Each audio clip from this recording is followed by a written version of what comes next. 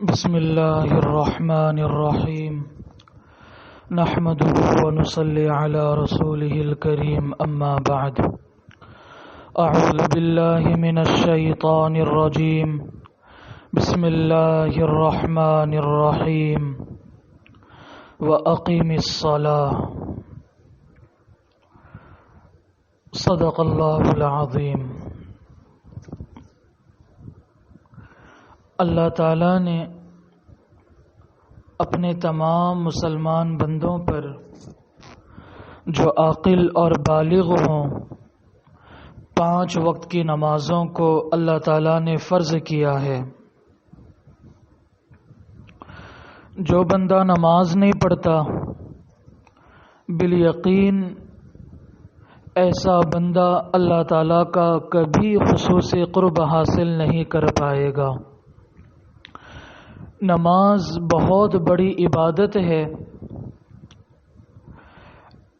نماز ایک ایسی عبادت ہے جس کے نہ کرنے پر نبی علیہ الصلاۃ والسلام نے بڑی دردناک وعیدیں سنائی۔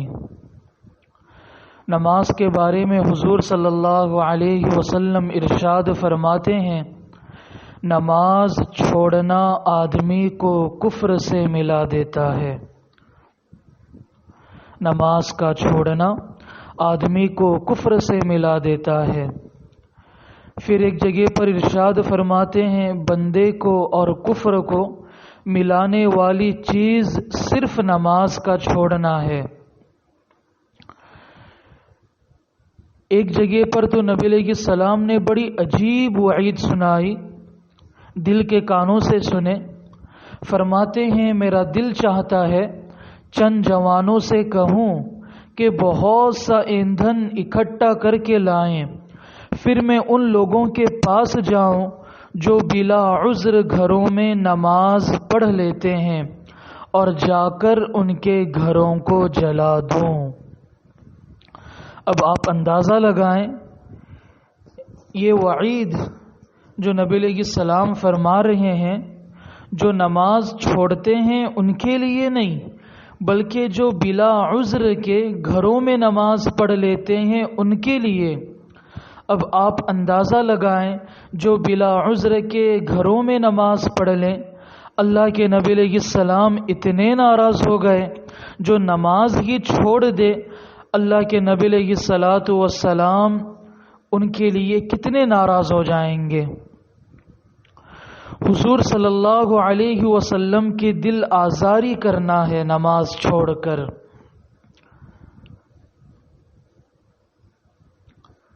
جس نبی نے ہمارے خاطر اتنی ساری قربانیاں دی ہوں، پھر اس نبی کی دل آزاری ہم کریں تو پھر ہماری زندگیوں میں کیوں کر برکتیں آئیں۔ تو دوستو، نمازوں کا اہتمام بہت ضروری ہے، 5 وقت کی نمازوں کا اہتمام۔ آج ہمارے معاشرے میں بہت سارے لوگ سستی برتتے ہیں فجر کی نماز میں، اور جب پوچھا جاتا ہے تو یہی کہتے ہیں کہ آنکھ کھل نہ پائی، نماز فجر میں سستی غالب تھی، غفلت غالب تھی، جس کی وجہ سے نہ اٹھ پایا۔ تو دوستو، یہ بہت بڑی غفلت کی بات ہے۔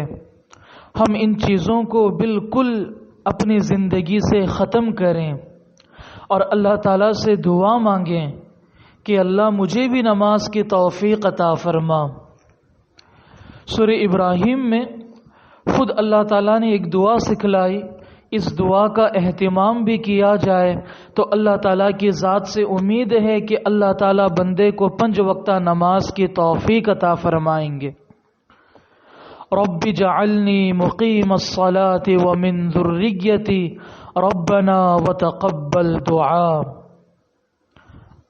اے پیارے اللہ، مجھے بھی نماز قائم کرنے والا بنا دیجئے اور میری اولاد میں سے بھی ایسے لوگ پیدا فرما جو نماز قائم کریں۔ اے ہمارے پروردگار میری دعا قبول فرما لیجئے۔ اس سے اندازہ لگ جاتا ہے کہ اللہ تعالیٰ نے نماز کی توفیق کی دعا مانگنے کی بھی ہمیں اہمیت مل جاتی ہے اس قرآن پاک کی اس آیت سے۔ دوستو، اگر کسی دن نماز چھوٹ جائے تو اپنے بزرگوں سے مشورہ کر کے، جو حضرات اکابر سے جڑے ہوئے ہیں، ان سے اصلاح تعلق قائم کیے ہوئے ہیں، ان کو چاہیے کہ اگر کسی دن نماز قضا ہو جائے، چھوٹ جائے، تو اپنے آپ پر ایک سزا طے کر لے، اپنے آپ پر ایک سزا طے کرے، جس کی بنیاد پر جب نفس کو سزا ملے گی نا تو پھر انشاءاللہ یہ نفس خود آمادہ کرے گا نماز پڑھنے پر۔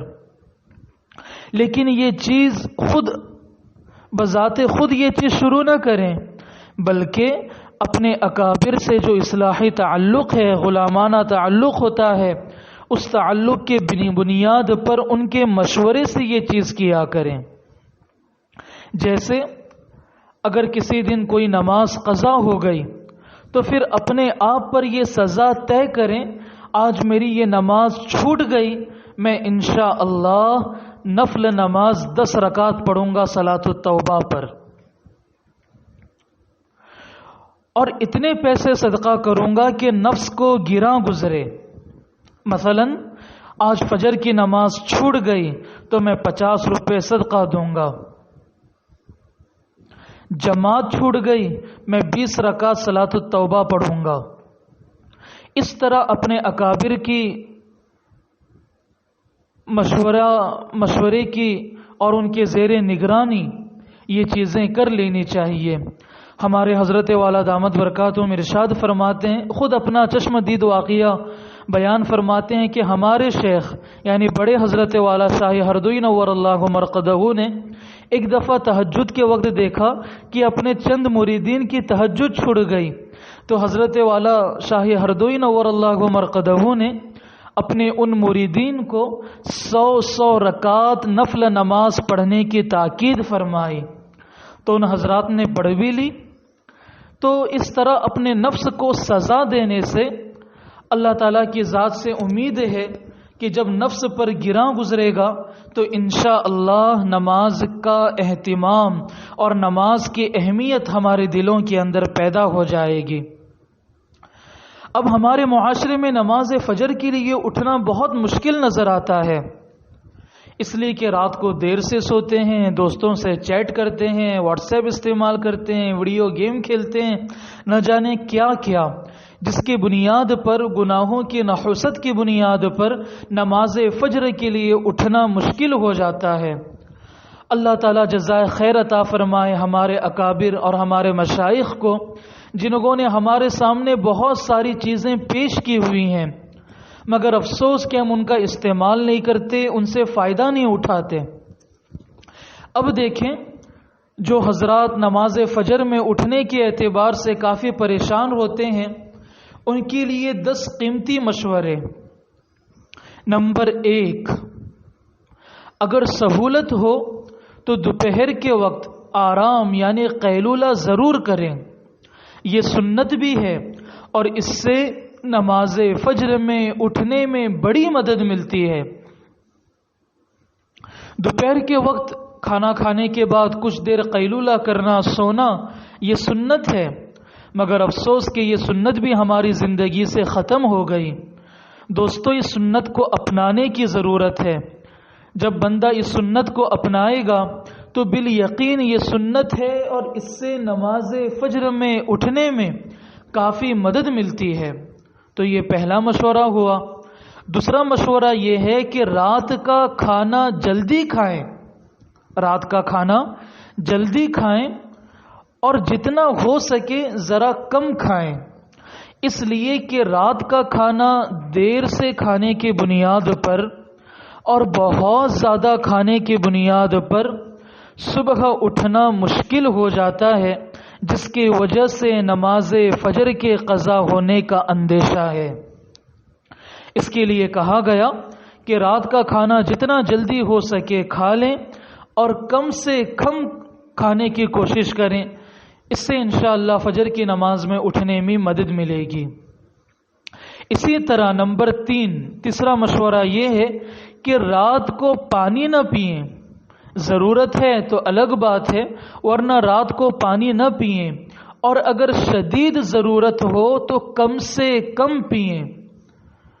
تو بزرگوں کے اس مشورے کی بنیاد پر یہ بات بھی سمجھ میں آتی ہے کہ رات کو زیادہ پانی پینے سے بھی صبح میں اٹھنا مشکل ہو جاتا ہے اور فجر میں اٹھنے میں مدد نہیں ملتی، تو پتہ چلا کہ رات میں پانی ضرورت ہو تو بہت کم سے کم پینے کی کوشش کریں۔ نمبر 4، یہ چیز بہت اہم ہے کہ رات کو ضرور جلد سونے کی کوشش کریں۔ آج ہمارے معاشرے میں اللہ معاف فرمائے رات 12-1 بج جاتے ہیں لوگوں کو سونے کے لیے۔ جب رات 12-1 بجے سوئیں گے تو پھر کہاں نیند صبح میں اٹھنے کی ہم کوشش کریں گے، اور فجر میں اٹھنا تو بہت ہی مشکل ہو جائے گا، اور یہ چیز صحت کے اعتبار سے بھی بہت نقصان دہ ہے۔ تو چوتھا مشورہ بزرگوں نے یہ دیا کہ رات کو ضرور سوئیں، جلدی سونے کی کوشش کریں۔ نمبر 5، رات کو سونے کے وقت جو مسنون اعمال ہیں، جو سنتیں ہیں رات کو سونے کی، ان مسنون اعمال کا اہتمام کریں۔ اس سے بھی انشاءاللہ اللہ تعالیٰ کی ذات سے امید ہے، بالیقین یہ بات ہے کہ صبح میں اٹھنا آسان ہو جائے گا اور فجر میں اٹھنے میں مدد ملے گی۔ اب رات کے سونے کے کیا کیا اعمال ہیں، اس کے لیے بہت سارے بزرگوں کی کتابیں ہیں۔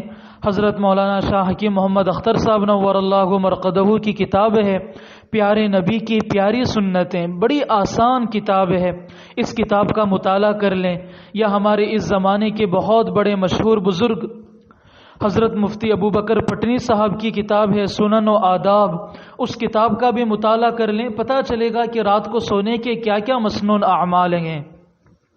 اسی طرح نمبر 6، چھٹا مشورہ یہ ہے کسی سے صبح اٹھانے کے لیے کہہ کر سوئیں۔ کوئی ایسا دوست جو نماز فجر کا پابند ہو، 5 وقت نماز کا پابند ہو، اس سے کہا جائے کہ مجھے فجر کے لیے اٹھائیں۔ اگر وہ گھر سے دور ہے تو اس سے کہے کہ مجھے فون کر لیں۔ اسی طرح 7واں مشورہ یہ ہے کہ الارم لگا کر سوئیں۔ الارم تو سب لگا کر سوتے ہیں لیکن اٹھنا مشکل، اس کے لیے ہمارے بزرگوں نے ارشاد فرمایا کہ الارم رکھنے کے بعد موبائل کو، گھڑی کو اتنا دور رکھیں کہ جب الارم بجے تو اس کے بند کرنے کے لیے ہمیں اپنے اس بستر سے اٹھ کر چل کر جانے کی نوبت آئے۔ جب ایسا ہوگا تو نیند کا خمار دور ہو جائے گا، اور اگر الارم لگا کر بستر ہی میں رکھ دیا جائے تو نیند میں الارم بند کر دیں گے، اور یہ بات بالکل صحیح ثابت ہو جائے گی کہ صبح میں اٹھنا مشکل ہو جائے گا۔ اس کے لیے الارم ضرور لگائیں، اس انداز سے لگائیں کہ الارم کو اتنا دور رکھیں جب صبح آنکھ کھلے الارم کی بنیاد پر تو اس کے بند کرنے کے لیے چل کر جانے کی نوبت آئے۔ نمبر 8، 8واں مشورہ یہ ہے کہ جیسے ہی آنکھ کھلے دونوں ہاتھوں سے چہرے کو دیر تک اچھی طرح ملیں۔ جیسے ہی آنکھ کھلے دونوں ہاتھوں سے چہرے کو دیر تک اچھی طرح ملیں۔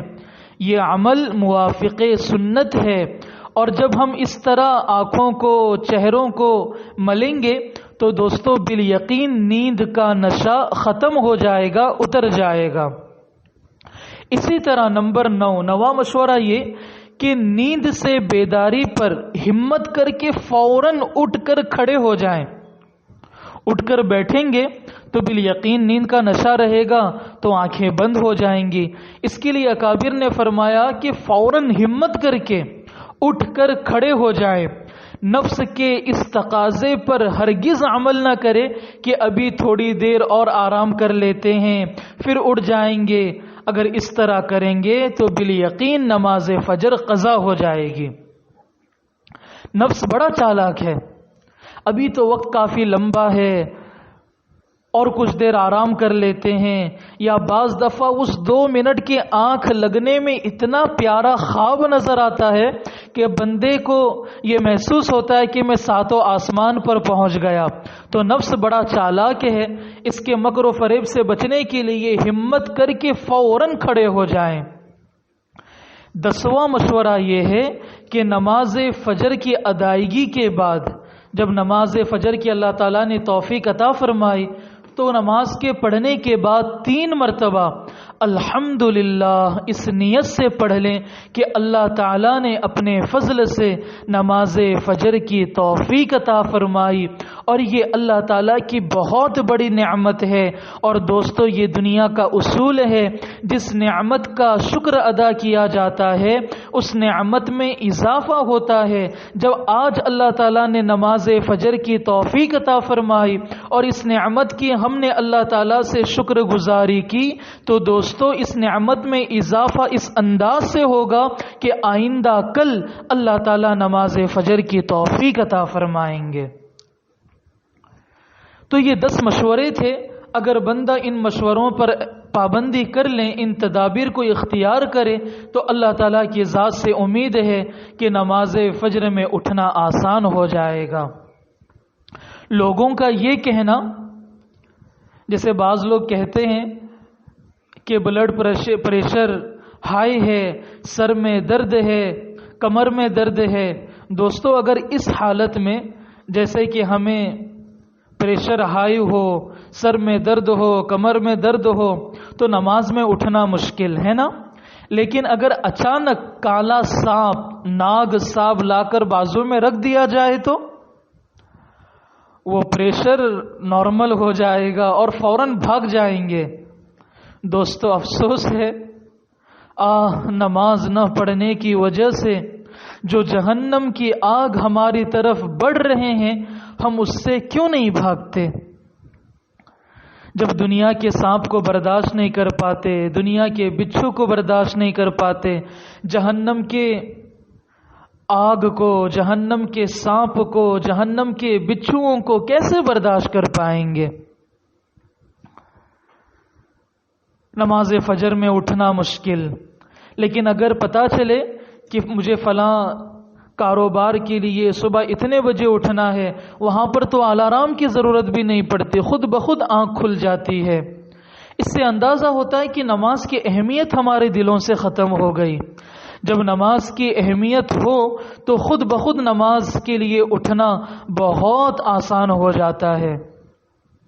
اور دوستو، آخری بات، جس دن فجر کی نماز چھوٹ جائے، خوب گڑ گڑا کر تنہائی میں رو رو کر، اگر رونا نہ آئے تو رونے والے کی صورت بنا کر اللہ تعالیٰ سے خوب معافی مانگے، اللہ میں بڑا گنہگار، بڑا خطا کار، اللہ نماز مجھ سے چھوٹ گئی، اللہ نماز مجھ سے چھوٹ گئی، اللہ نماز مجھ سے چھوٹ گئی، اللہ مجھے معاف فرما۔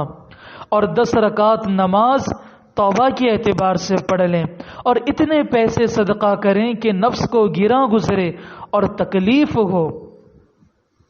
انشاءاللہ جب ان چیزوں کا اہتمام کریں گے، اللہ تعالیٰ کی ذات سے امید ہے کہ نماز کی اہمیت اور فجر کی نماز کے لیے اٹھنا ہمارے لیے آسان ہوگا۔ دوستو، آج کے اس زمانے کے اندر مادیت کا اتنا زیادہ اثر ہے اور جدید ٹیکنالوجی اتنے ہائی لیول پر ہے کہ ہر بندہ نفس و شیطان کے مکر و فریب میں ایسا ڈوبا ہوا ہے جس کا کوئی اندازہ نہیں لگا سکتا۔ اس کے لیے سب سے اہمیت کی حامل ہے یہ بات کہ ہم سب کے سب اپنا تعلق کسی نہ کسی کامل شیخ سے ضرور کر لیں۔ اس سے انشاءاللہ ہماری جو اللہ تک پہنچنے میں رکاوٹیں ہیں، جو کوتاہیاں ہیں، جو خامیاں ہیں، اس سے انشاءاللہ یہ چیزیں ختم ہو جائیں گی، اور اللہ تعالیٰ کی معرفت، اللہ تعالیٰ کی بندگی کرنا ہمارے لیے آسان ہو جائے گا۔ اور یاد رکھیں، یہ دجالی دور ہے، اور دجالی دور کا خاتمہ اور مقابلہ وہی شخص کر سکتا ہے جو اپنے آپ کو گناہوں سے بچائے، جس کی روحانی دنیا آباد ہو۔ تو دوستو، روحانی دنیا آباد کرنے کے لیے اپنا ہاتھ کسی نہ کسی کے ہاتھ میں ضرور دے دیا کریں، اور اپنے آپ کو جتنا ہو سکے مکمل طور پر گناہوں سے بچائے۔ اللہ تعالیٰ کی ذات سے امید ہے اللہ تعالیٰ ہمیں ضرور اپنا مقبول اور اپنا محبوب بندہ بنائیں گے۔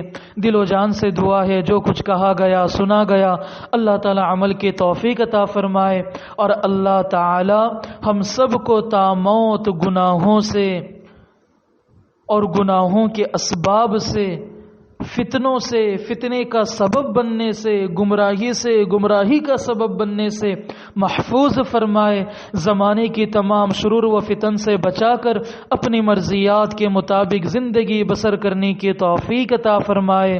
وآخر دعوانا ان الحمد للہ رب العالمین۔